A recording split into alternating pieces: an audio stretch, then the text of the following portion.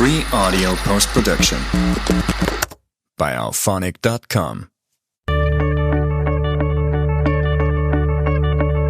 Welcome to Your Family Dog, a podcast dedicated to helping families love living with dogs.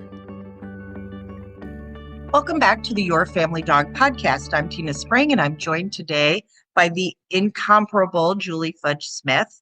And today we thought we would just do a quick snippet on how you can do dog training just 4 or 5 minutes a day with your dog and how to kind of put that into practice and how that it can be teaching something silly or something that's useful, and sometimes both.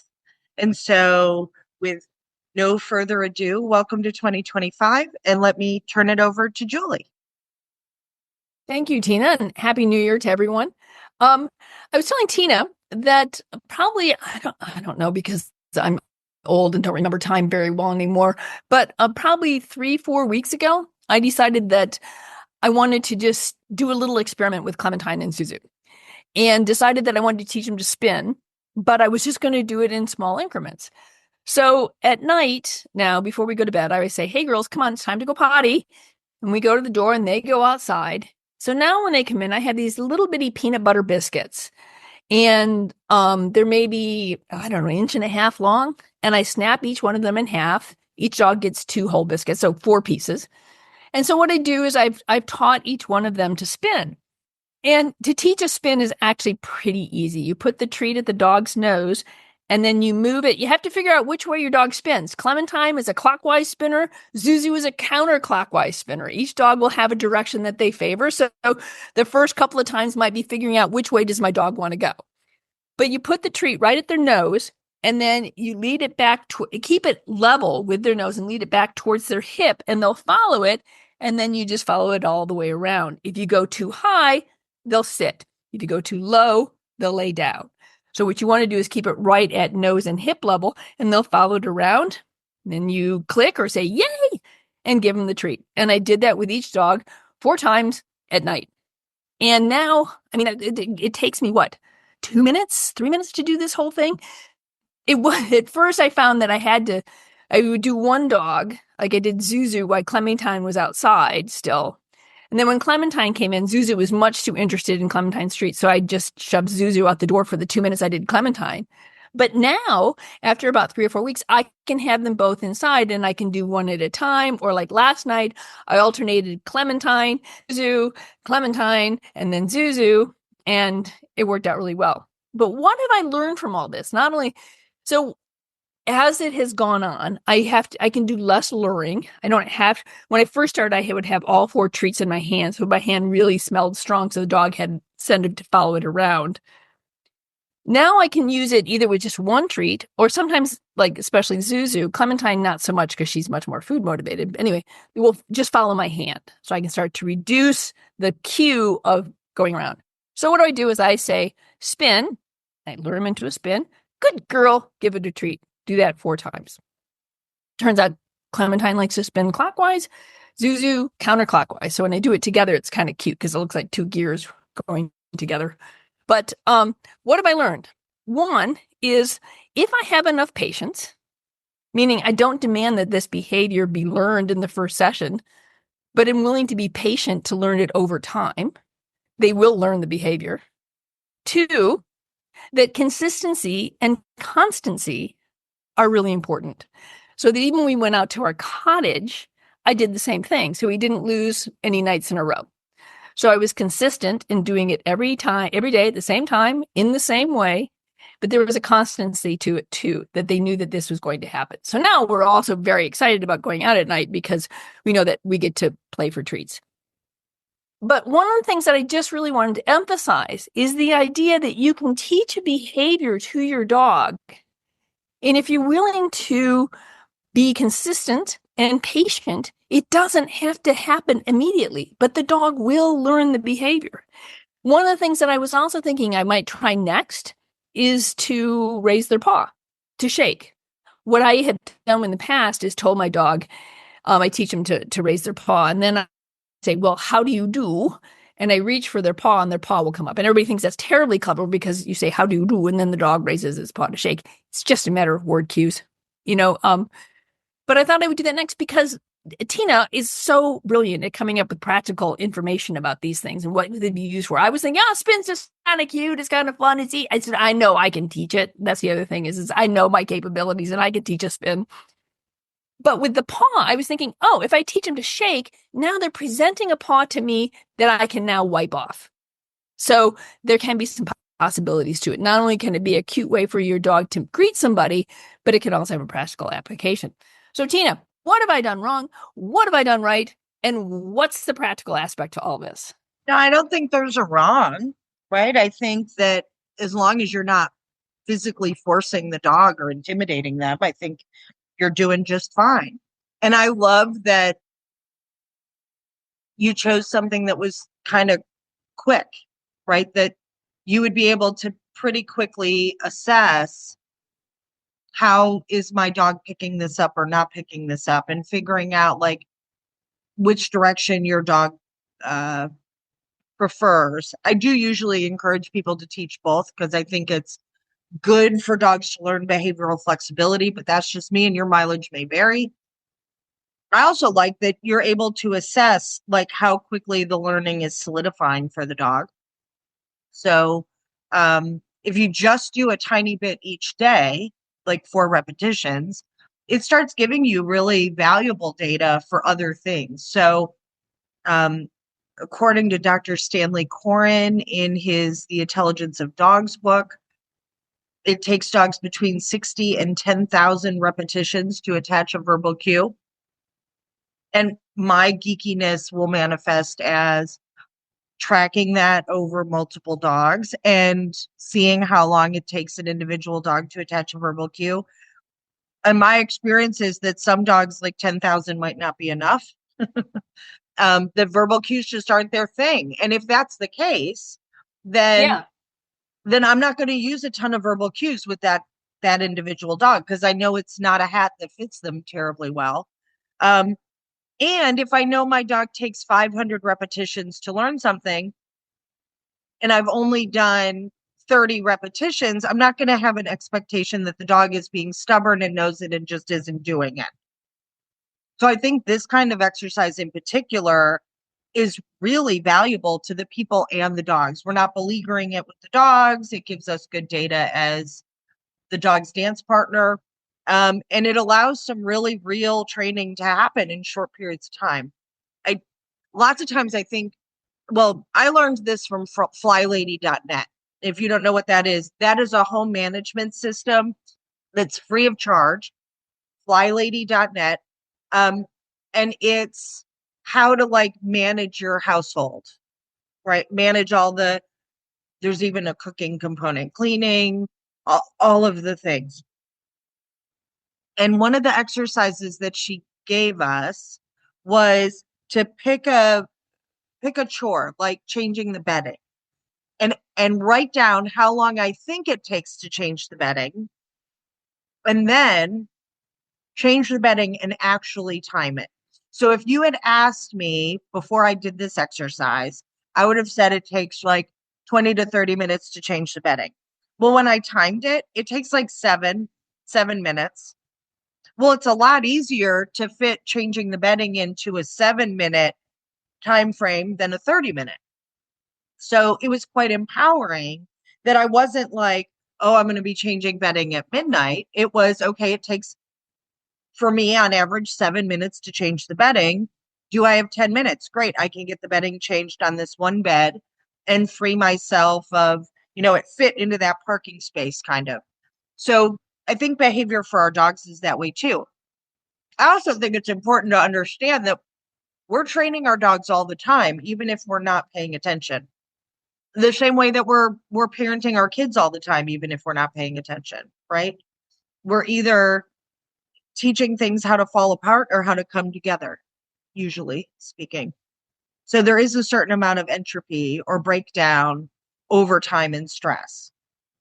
So it wouldn't be a big surprise to me if taking the girls to the cabin might make the behavior a little slower to happen but pretty quick you would be able to ramp that up and get it going just as strong at the cabin or at the cottage as you do at home. So, when you were talking, a couple of things came to mind. When you're talking about the verbal cue, one of the things that I think is really important to reemphasize, and we've talked about this before, is don't say the cue over and over and over again, because the dog's not going to do it until he hears it for the 5th time. So what I do with the dogs, I used to add a cue after I had the behavior, but I was reading and now I just say spin, then I cue it, and then the dog does it. So I just say it once. And if you don't do it, then we reset and I do it again. I don't repeat it. Spin, spin, spin, spin, spin. I say it once. So I think that's important to remember if you want to. It's easier to instill a verbal cue if you're not overusing it. That sounds maybe counterintuitive, but I think that's true. The other thing is when you're talking about training it both ways, I usually do that too. What I do is I usually get the first direction down pretty well, so they understand the movement and what we're doing. And that's always called spin. And then when we train it backwards, we call it nips because that's spin backwards. So that's a little thing that we do in our house. That's very cute. Yeah. And I was so glad when you were talking about, the differences in dogs and whether your dog will build a verbal cue or not. One of the reasons why I also chose spin is because Zuzu tends to be a somewhat anxious dog and not as confident. Like when we gave Clemmy one of her wrapped presents, boy, she just shredded it, got the box open, and Zuzu's like, what do I do? Is it really okay if I shred this? Yes, it's okay. And so I really wanted to begin to help build her confidence by teaching her a behavior that I knew she could get. And so that's another thing to think about is if you want to teach your dog behaviors and you want to get used to training and teaching things, choose something that you really think your dog can do and work with that because it's going to build your confidence as a trainer and it's going to build your dog's confidence that I can learn things. Oh, I was just going to say, maybe we should give people a list of some super easy things to teach. So one of my favorites to teach is a dog to stick their tongue out. One of my favorite things in the whole wide world. I think dogs think it's funny. I know I think it's funny. So if we think in terms of when is our dog likely to stick their tongue out, it would be after they got something to eat, usually. Also, dogs will tend to stick their tongues out when you touch their collar. So those are 2 times that dogs tend to stick their tongue out.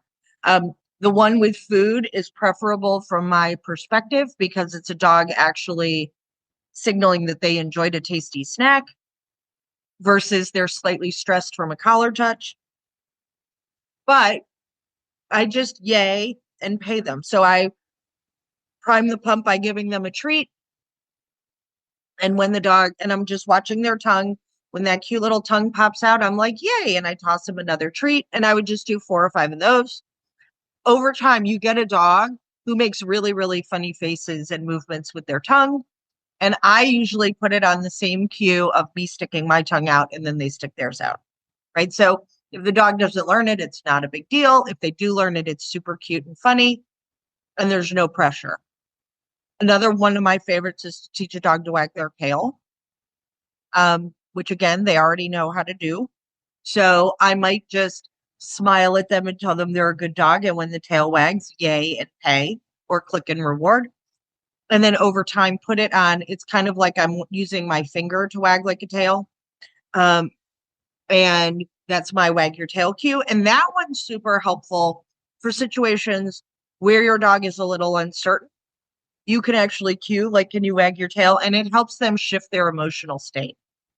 So that's usually a good one for things where dogs might have some mild stress. What are some easy ones you like to teach other than spin? Well, that's a really good question. And my mind was racing when you were saying that. I love the idea of sticking out the tongue and the tail wag. I've never done that. One cute one I've taught is scoot. So the dog will sit down and I need them to back up a little bit. So I'll say, oh, scoot. And I step towards them enough that they don't get up, but that they just move backwards a little bit. And I will click and reward that. And that's a cute little one. And it's also an easier way to get them to move. It's kind of like sometimes they don't need to get up and move. I just need you to scoot a little bit. So I teach them to scoot. The other one that I teach, which can be really handy, is I will teach them to sit without moving. So that so that instead of, sometimes when a dog sits, they will, sort of step backwards into a sit. And I may want them to sit or stand up without moving forward or backwards. And so what I've done with that is I will put them on a step, on a raised rectangle, and ask them to sit and down. And because there's an edge around them, they tend to just do it in place. And I have found that to also be very handy, because sometimes we are in tight quarters and I need you to sit or lay down, or I need you to stand up and be with me. And if you can't move forward or backwards, you might be confused to doing. So I want to teach them how to do that. And those are all things that are fine. I don't necessarily need them. They're just little niceties to have. So I think that those are a couple of them.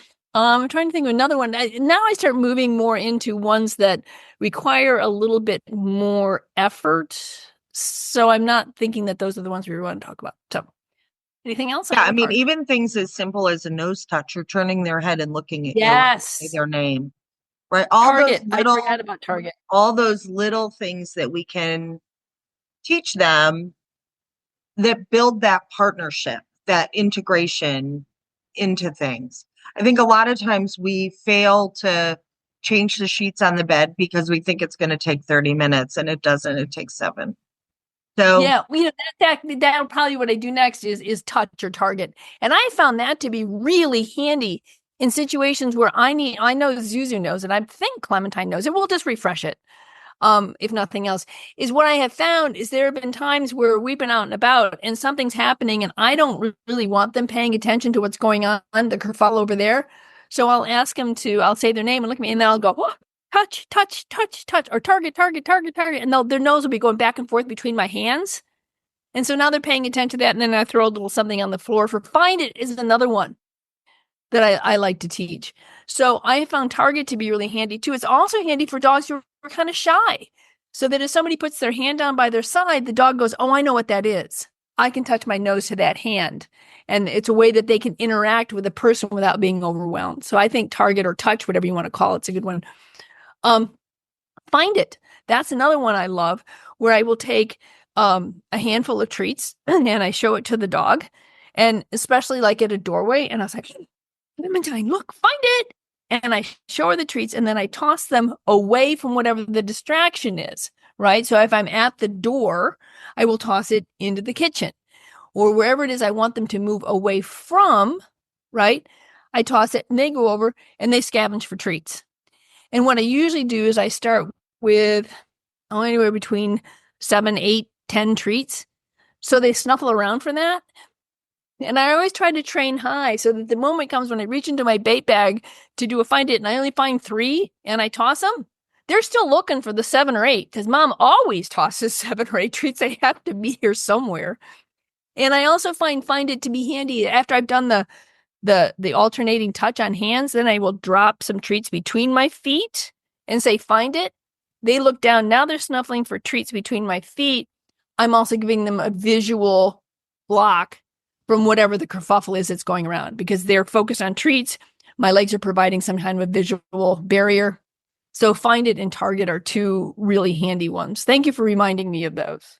So it can also be something as simple as something that's pragmatic. So teaching your dog to stick their head in a harness or a collar, or teaching your dog to offer putting on the cone of shame, or offering to stand on the towel where you wipe their feet off, right?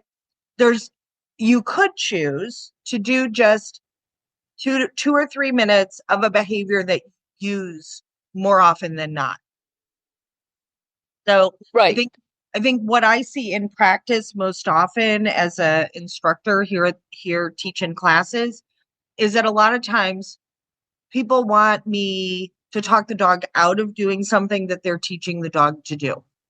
Mm-hmm. Right. And so then I'm like gently saying, okay, well, your dog is learning with every interaction. So if you have friends who, when they come over, say, I don't care if Coco the Doodle, shout out to Coco, jumps all over me because she's so enthusiastic to see me, then your friends are actually teaching your dog that that's what the dog is supposed to do.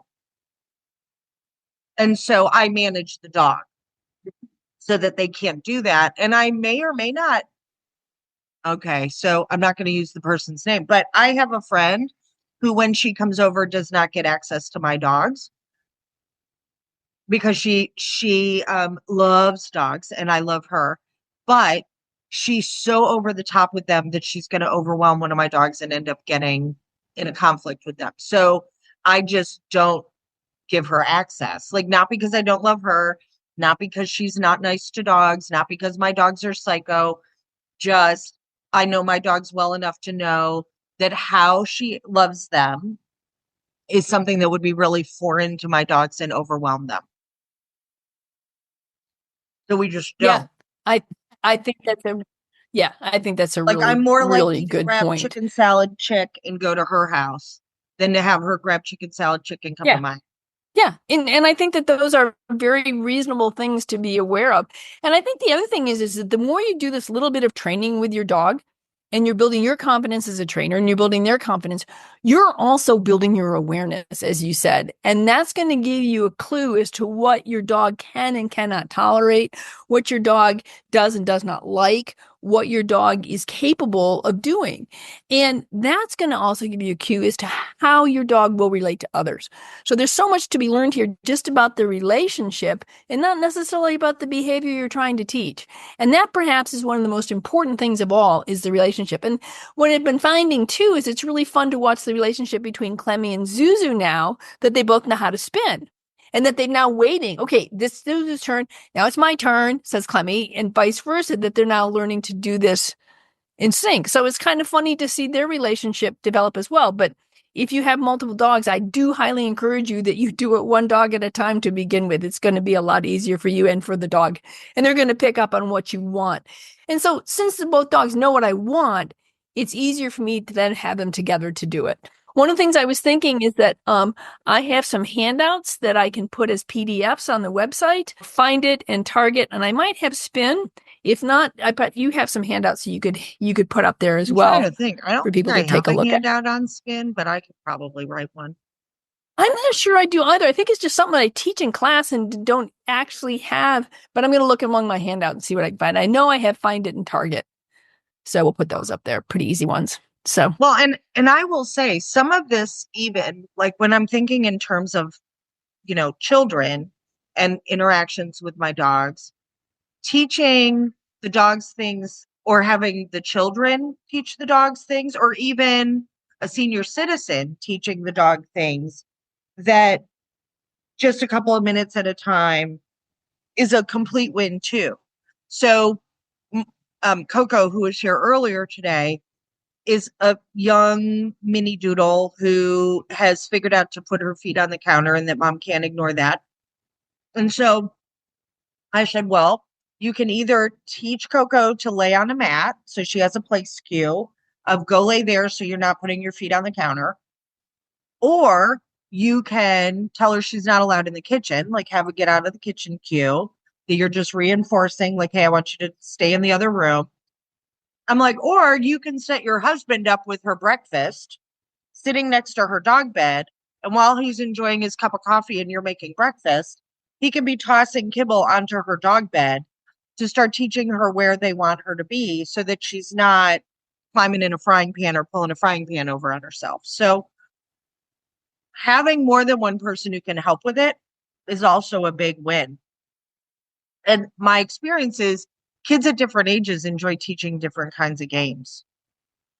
Likewise, if I have a toddler who maybe can't pronounce everything the same way the rest of the family does, I'm going to build in the cue of how the child can say or give the cue. Like maybe it's a hand signal where the child gets exasperated and kind of throws their hands up in the air.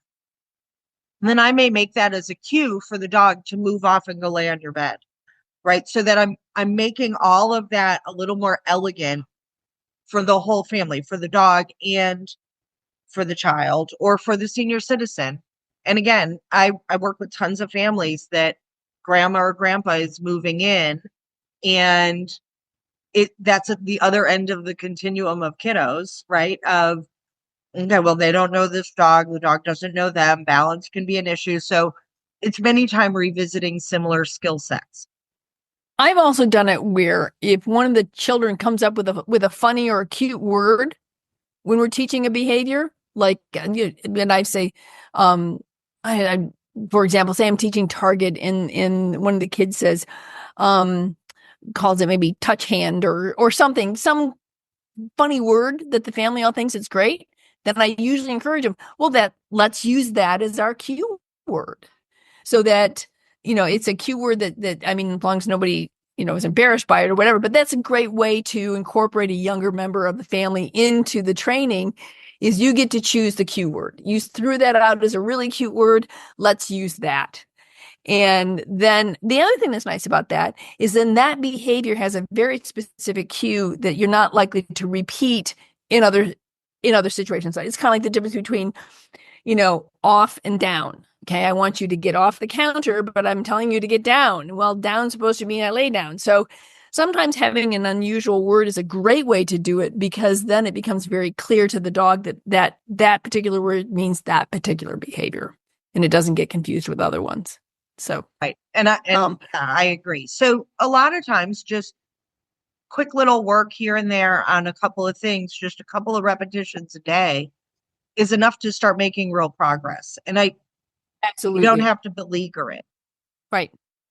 All right. So I think in summation, it's if you want to start doing this, trying to teach your dog some new behaviors quickly, choose a one that you think is easy with you and your dog. A couple of minutes a day. Be consistent in doing it at the same time. Like for me, it's just really easy because the dogs have to go out before we go to bed. So that's a great time to throw in just a little bit of training. Maybe it's, as Tina was saying, maybe it's the morning when you're eating breakfast and somebody's everybody takes a turn tossing kibble on the bed, as you eat breakfast. So choose a behavior that you think you want to teach your dog that perhaps to begin with doesn't have a lot of great stakes with it. It's not life or death. Be consistent, be constant, have some constancy, and have some fun, just experiment a little bit. Like I had to experiment with Zuzu and Clemmy. Which way are you going to spin? We tried it a couple of ways. We finally settled in. Clementine spins clockwise. Zuzu spins counterclockwise. Took me a couple of days they were like, I don't know what you want me to do. And then they started going in one direction. I'm like, okay, you're telling me this is the way we're going to go. So there's a lot of experimentation you can do that can be really fun and no pressure. That's the other thing, is when you're doing this on just a regular basis every day for a couple of minutes, there's no great pressure here. Don't allow yourself to be under the pressure of trying to proof a behavior. It doesn't have to be proofed. Just has to be done consistently. So no, and again, like I think people are sometimes surprised at a group class that my dog will just lay at my feet on a bed.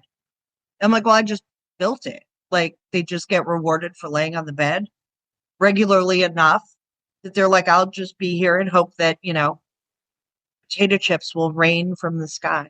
So I think a lot of times trainers sometimes make things more complicated than they need to be. And that training can be really organic, right? Like it can be simpler than we think it is.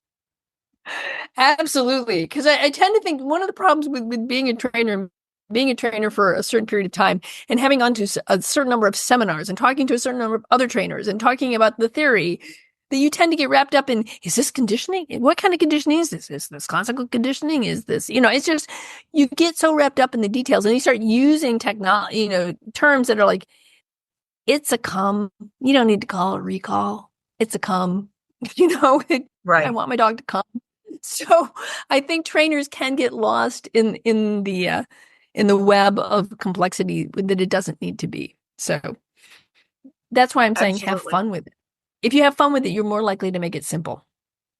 Yes. So, And again, those simple behaviors are often the ones that'll save your hide when need be. yeah. Well, I love the fact that you said that, the spin, have your dog come in. I've got a muddy mat rug in front of one of the doors. So if I bring the dogs in and ask them to spin on that, then they're drawing their paws on that rug, and I don't have to do it. So that was a great suggestion on Tina's part. Thank you Right. for that. Especially, I mean, I don't spin. know about your client base, but my client base, a lot of the dogs are really resistant to having their feet toweled off. Yeah. So letting them so have the hates it. agency to do it themselves, way better. Yeah, way better. You're right. All right, then. Well, that's our short little episode for this time. If you have any questions, concerns, ideas, thoughts, please let us know. Tina, where should they be writing us if they want to email us? Oh, you can always email us at the Your Family Dog Podcast at gmail.com. So that's the Your Family Dog Podcast at gmail.com. And we would love your ideas, your insights, your feedback. What's something you'd like us to talk about, or what's something that we haven't covered that you'd like us to cover? Because I'm always interested in hearing what people would like to hear more about. I am excited to say that Miss Luna is coming in today for boarding because she's going to have a baby sister born, a human baby sister born tomorrow. So I'm excited that we're adding to the Sid Happens family with a brand new baby girl. I don't know her name yet, but wishing mom and dad and that's baby terrific. safe That's and congratulations to healthy Luna and her happy family. So I'm excited that we had fun getting Luna ready to be a big sister and no longer an only. Well, I guess she's still an only dog, but she gets to be a big sister, so it'll be fun. So that's always fun stuff. Well, thank you. And we'll see you all. It is fun stuff. And we'll see you all next time on Your Family Dog. Thanks for listening to Your Family Dog. Got questions? Interesting ideas? Visit www.yourfamilydogpodcast.com to share your thoughts.